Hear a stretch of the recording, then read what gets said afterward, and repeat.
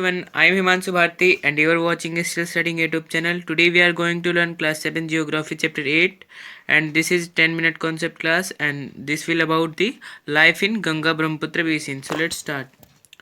So in this video we will discuss about the Ganga Brahmaputra basin, its climate and many more things. So let's start. The Ganga Brahmaputra basin is situated at 10 degree north to 13 degree north in the subtropical region. तो जो Ganga Brahmaputra basin है वो कहाँ पे लाई करता है, वो 10 degree north से 13 डिग्री नॉर्थ तक सब ट्रॉपिकल रीजन में लाई करता है. The basin is formed as a result of many tributaries from Ganga and Brahmaputra river. तो जो बेसिन है वो किसका मतलब रिजल्ट है, कैसे फॉर्म हुआ है, तो जो अलग अलग जो ट्रिब्यूटरीज हैं, जो गंगा और ब्रह्मपुत्र की अलग अलग जो भी ट्रिब्यूटरीज हैं उनका जो भी एरिया है उससे वो ये जो बेसिन है वो बना है. Some of the tributaries of Ganga और Ganges joining the basin are the Ghaghara. तो जो ये जो ट्रिब्यूटरीज हैं जो गंगा और जो गंगेज हैं उनको ज्वाइन कर रहे हैं वो बेसिन में, तो उनको घग्गरा कहा जाता है. The Son, the Gandak, the Chambal and the Kosi. तो कुछ नदियां हैं जिनका नाम अभी मैंने लिया, गंडक, चंबल, कोसी, ये सारे इनके पुत्र माने जाते हैं, गंगा के पुत्र. देखिए यहाँ पे बैकग्राउंड में दिया भी है, ट्रिब्यूटरीज भी हैं बैकग्राउंड में. इतना बड़ा पूरा बेसिन है, वहाँ पे गंगा का पूरा नदी भी है और इसकी ट्रिब्यूटरीज भी हैं. The tributaries of Brahmaputra joining the basin are Teesta and मेघना. तो जो दो ट्रिब्यूटरीज हैं जो ब्रह्मपुत्र नदी को ज्वाइन करती हैं बेसिन में, मतलब वो हैं तेस्ता एंड मेघना. Ganga Brahmaputra reverse originate from the Himalayas. तो जो गंगा और ब्रह्मपुत्र जो नदियां हैं वो हिमालय से होकर मतलब हिमालय से प्रकट हुई हैं. After following their due course, मतलब कि कुछ चीज़ों को फॉलो करने के बाद, Brahmaputra streams into other countries like Bangladesh, Bhutan, China and Nepal. तो कुछ समय के बाद ये जो ब्रह्मपुत्र नदी है वो आगे जाकर दूसरे देशों में बहने लगती है, जैसे बांग्लादेश में, भूटान में, चाइना में, नेपाल में. It flows through the northern states of India namely Rajasthan, Haryana, Uttar Pradesh and waste Bengal. तो ये जो नदी है ब्रह्मपुत्र वो आगे चल के कहाँ बहती है, नॉर्थन स्टेट्स में बहती है इंडिया के, जो है Rajasthan, Haryana, Uttar Pradesh and waste Bengal. As the largest densely populated basin in the world, मतलब कि ये जो बेसिन है वो मतलब सबसे ज़्यादा यहाँ पे लोग पॉपुलेशन है, मतलब कि लोगों की जनसंख्या है इस बेसिन में. The Ganga Brahmaputra basin is also highest fertile land of the subcontinent. तो जो ये गंगा ब्रह्मपुत्र बेसिन है उसके साथ साथ मतलब कि यहाँ पे ज़्यादा पॉपुलेशन होने के साथ साथ यहाँ का जो लैंड है वो भी बहुत ज़्यादा फर्टाइल है. The basin is a confluence of plains and mountains. तो जो बेसिन है वो प्लेन्स और माउंटेन्स के साथ, मतलब यहाँ पे प्लेन्स भी पाए जाते हैं, माउंटेन्स भी पाए जाते हैं. What makes this basin different is its location. मतलब कि इस बेसिन को अलग क्या बनाता है, उसका लोकेशन बनाता है. Lying amidst the plains of Ganga river, मतलब कि ये जो प्लेन्स हैं गंगा रिवर के and the Brahmaputra. The basin also has the Himalayas, मतलब कि ये जो बेसिन है वो हिमालयज में भी लाई करता है थोड़ा सा. And the Sundarbans delta as its prominent feature. तो जो सुंदरबान डेल्टा है इसका प्रोमिनेंट यानी कि प्रमुख फीचर है. Enriched with vegetation and life both, यहाँ पे अलग अलग प्रकार के जीव जंतु भी पाए जाते हैं, अच्छा खासा वेजिटेशन भी है. The Ganga Brahmaputra basin is proud epitome of the endless interactions of the humans with the environment. मतलब कि ये जो गंगा ब्रह्मपुत्र बेसिन है वो एक अच्छा खासा उदाहरण है ह्यूमन का उनके इन्वायरमेंट के प्रति. अब है यहाँ का टोपोग्राफी, मतलब कि यहाँ का जो ज़मीन वगैरह है, जो भी वेजिटेशन वगैरह है, उन सब चीज़ों के बारे में. Population in the basin depends upon weather and environment conditions. तो इस बेसिन में जो भी पॉपुलेशन है वो डिपेंड करती है वहाँ के वेदर और इन्वायरमेंटल कंडीशंस पे. For example we find a lesser population in mountain areas of Ganga river and Brahmaputra as compare to the plains areas surrounding the basin.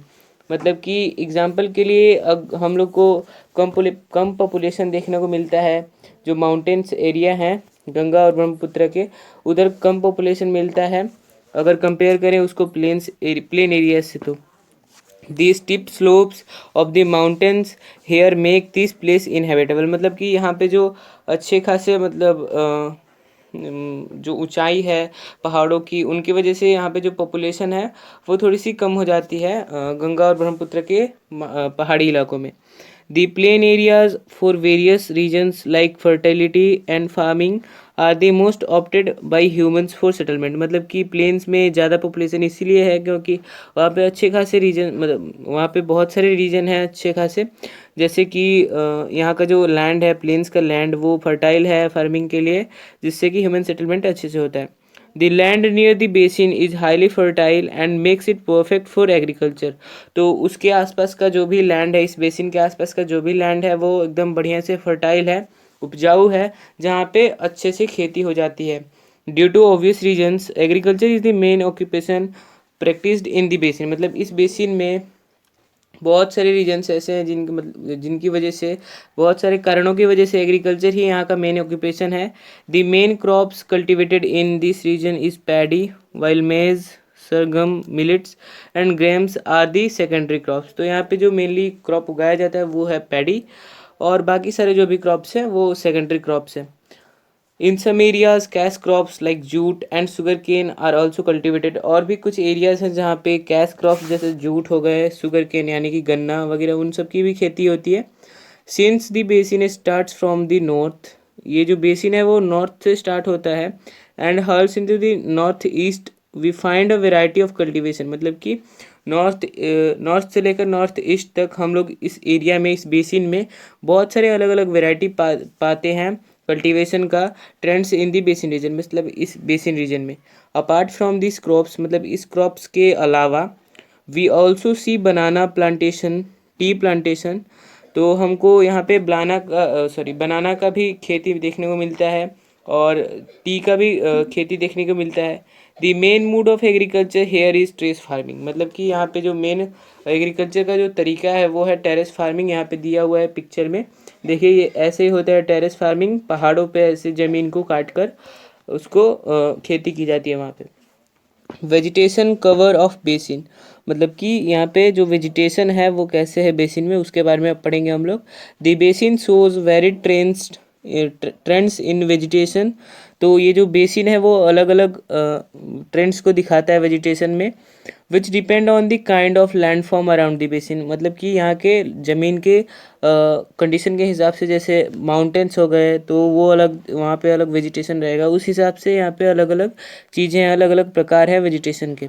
We find tropical deciduous trees along side the Ganga river and the Brahmaputra, तो हमको यहाँ पे जो tropical deciduous trees होते हैं वो भी मिल जाते हैं। Some common trees here are sal teak peepal, तो यहाँ पे कुछ कॉमन ट्रीज हैं जो है साल, टीक और people.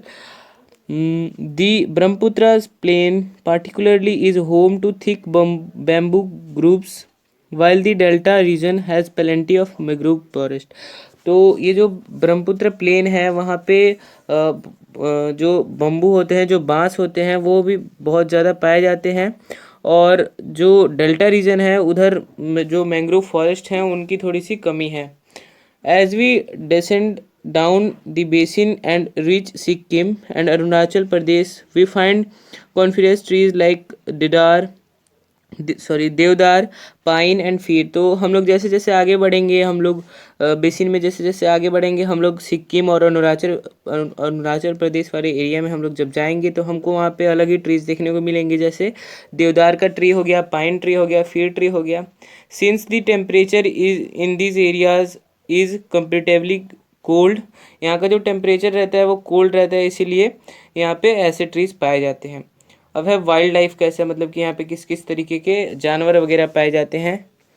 Ganga Brahmaputra basin is house to a varied wild life as well, मतलब कि यहाँ पे जो जानवर हैं वो भी पाए जाते हैं, अलग अलग जानवर भी पाए जाते हैं। जो गंगा ब्रह्मपुत्र बेसिन है वो अलग अलग जानवर का भी घर है। Tigers, elephants, deer and monkeys are the most common, मतलब कि यहाँ पे कॉमनली जो पाए जाते हैं वो है tigers, elephants, deer, monkeys.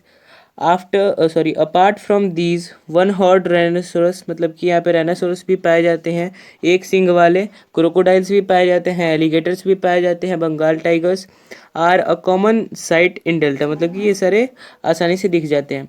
Rahu, hilsa, catla and susu blind dolphin, susu एक ब्लाइंड डॉल्फिन है, are the aquatic animals present in abundance in the forest rivers and lakes adjoining the basin, मतलब कि बेसिन को ज्वाइन करते हुए जो भी रिवर्स हैं, लेक्स हैं, उनमें कुछ एक्वेटिक एनिमल्स भी पाए जाते हैं जिनका मैंने अभी नाम लिया था।